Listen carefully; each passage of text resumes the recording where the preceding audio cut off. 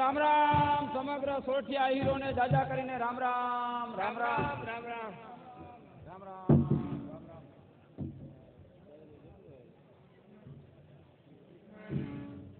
ચારે દિશામાંથી સોરઠિયા આવી ગયા. હા પપ્પા આવી ગયા છે અને બેન જાહરના લગ્ન લેવાના છે એવી વાત સાંભળી. જાહરના લગ્ન તો લેવાશે પણ શું આપા પણ એ પેલા એક કામ કરવાનું છે. કામ ઘણું અઘરું છે ભાઈ. અરે બાપા એવું તો ક્યું કામ છે તમે કહેતા અસકાવશો? અરે કામ છે જુનાગઢના રાજાને મહાજ કરી અને રાણ નવઘણને રાજગાદી બેહાડવાની. આપા અમે તો એવું સાંભળ્યું છે કે નવઘણને તો તમારી નજરની સામે સોલંકીએ માથું ઉતારી લીધું છે.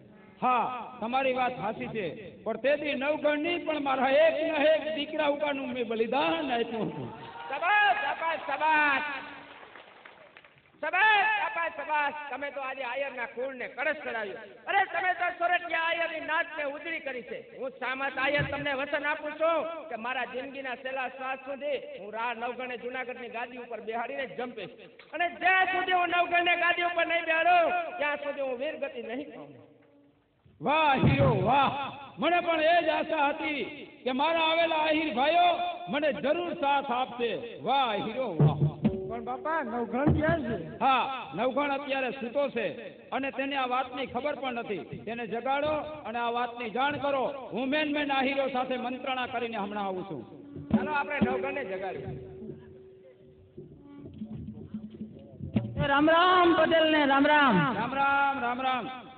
અમારા રાજાનો હુકમ છે કે તમારા વેચના ગાડા બાકી રહી ગયા છે તો વેલાસર નાખી જજો. જાઓ મહારાજાને કહેજો કે આજથી 8મે દિવસે વેચના ગાડા આવી જાય. હે પ્રભુ હું પણ વિચાર કરતો હતો કે જુનાગઢ ઉપર કેવી રીતે ત્રાટકશું પણ હવે તો વેચના ગાડાને બહાને સીધા રાજ દરબાર ઉપર ત્રાટકશું.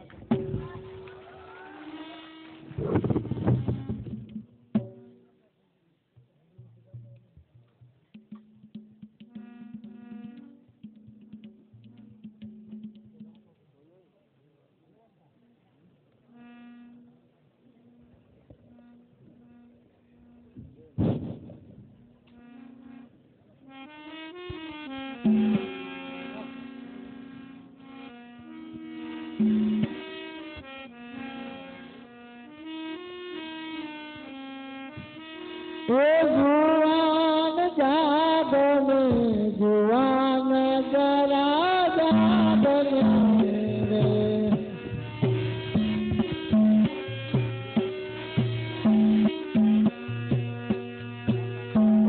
જુવાન જાદને જુવાન જરા જાદને જાગને જુવાન જરા જાગને સુતો સુતો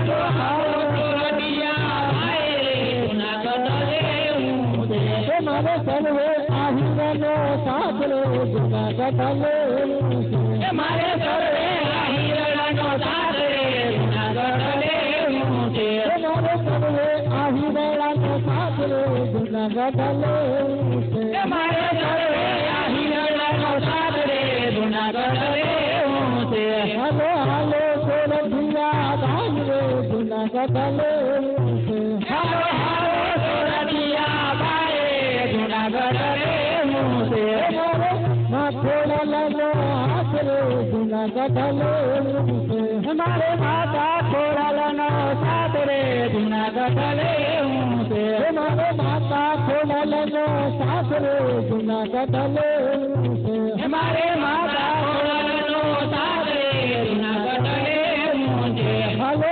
હાલો સોરઠિયા ભાઈ રે જુનાગઢ લેવું છે હાલો હાલો સોરઠિયા ભાઈ રે જુનાગઢ લેવું છે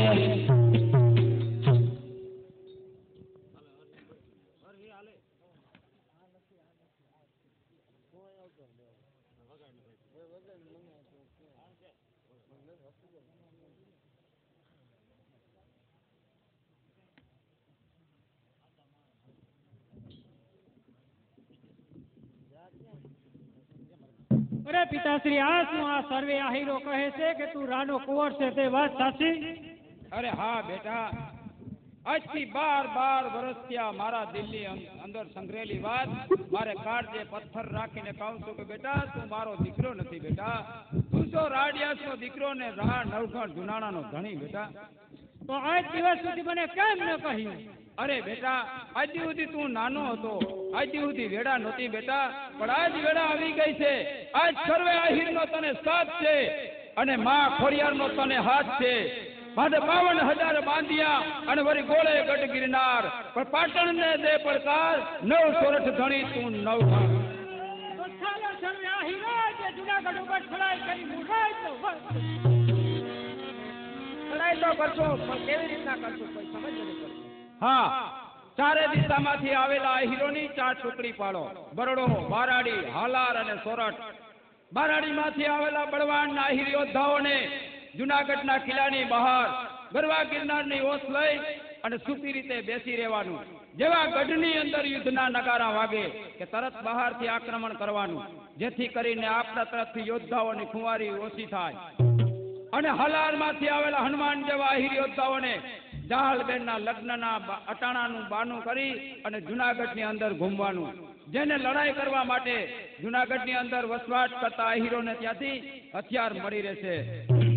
અને બરડામાંથી આવેલા બલવીર આહિર યોદ્ધાઓને મજેવડી દરવાજો, વંથલી દરવાજો, ઉપરકોટનો મેન દરવાજો અને કાળવા ચોકના મેન થાણા ઉપર ત્રાટકવાનું રહેશે.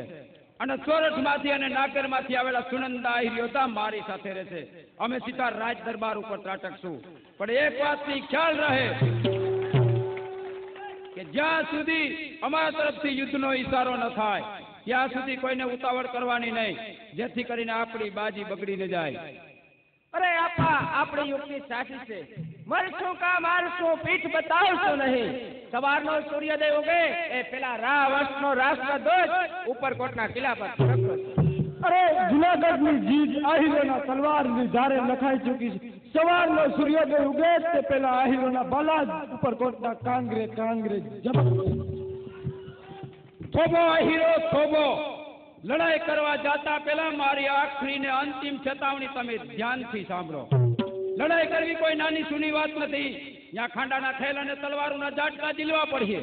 અરે કઈ આહિરોના મસ્તક રણ સંગ્રામની ભૂમિ ઉપર રજડતા હોય તો કોઈના મનની અંદર કાયરતા હોય કે કોઈને સ્ત્રી, પુત્ર, ધન, દોલત, જમીન, જાયદાદ કઈ પણ યાદ આવતું હોય તે અહીંથી જઈ શકે છે.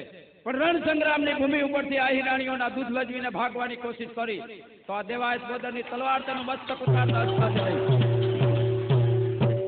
અને હું પણ તમને વચન આપું છું કે 75 વર્ષની ઉંમરે હું દેવાયત બોદર તમારી હારે રણ સંગ્રામની ભૂમિ ઉપર તલવારોના ઝાટકા ઝીલતો હોય. એ સમયે કદાચ હું ભાગવાની કોશિશ કરું તો મારું મસ્તક ઉતારતા અટકાવ તો તમને મોરલી ધરતી આવશે.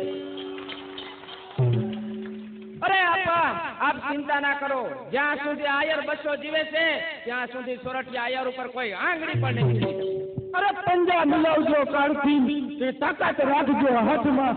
આ કાળના અવતાર છે સોરઠિયા તમારી સાથે. વાહ હીરો વાહ. તો પછી હવે ઢીલ શાની? જય મુરલીધરના જય ગોપની સૌરાષ્ટ્રની ધરતી. અરે આ હીરોના હાકલ અને પડકારાથી દુશ્મનના દુર્ગંધી પાયાને ઉખેડી નાખો. અરે સોરઠી યોદ્ધાઓના ઘોડાના ડાબલા નીચે દુશ્મનોને રાખ દોડી નાખો. સવારનો સૂર્યોદય થાય તે પહેલા રાવર્ષનો રાષ્ટ્રધ્વજ હું જુનાગઢના કિલ્લા પર ફરકતો જોવા માંગુ છું. જય મુરલીધર, જય હર હર મહાદેવ.